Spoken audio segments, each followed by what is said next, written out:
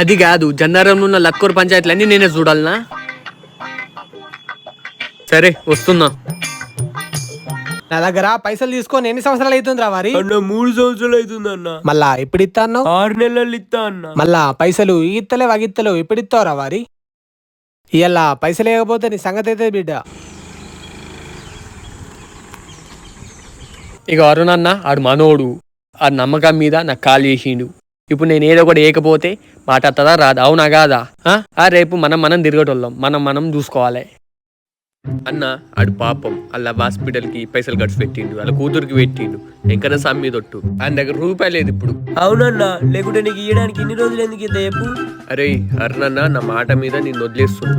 6 నెలలు ఎట్లా ఏం చేసి పైసలు ఇచ్చేయి, ఓకేనా? సరే అన్న. ఓకే చింటు భయ్యా, నీ మాట కాదని నేను చేసేది ఏముంది చెప్పు. సరే నేను పోయేస్తా మళ్ళా.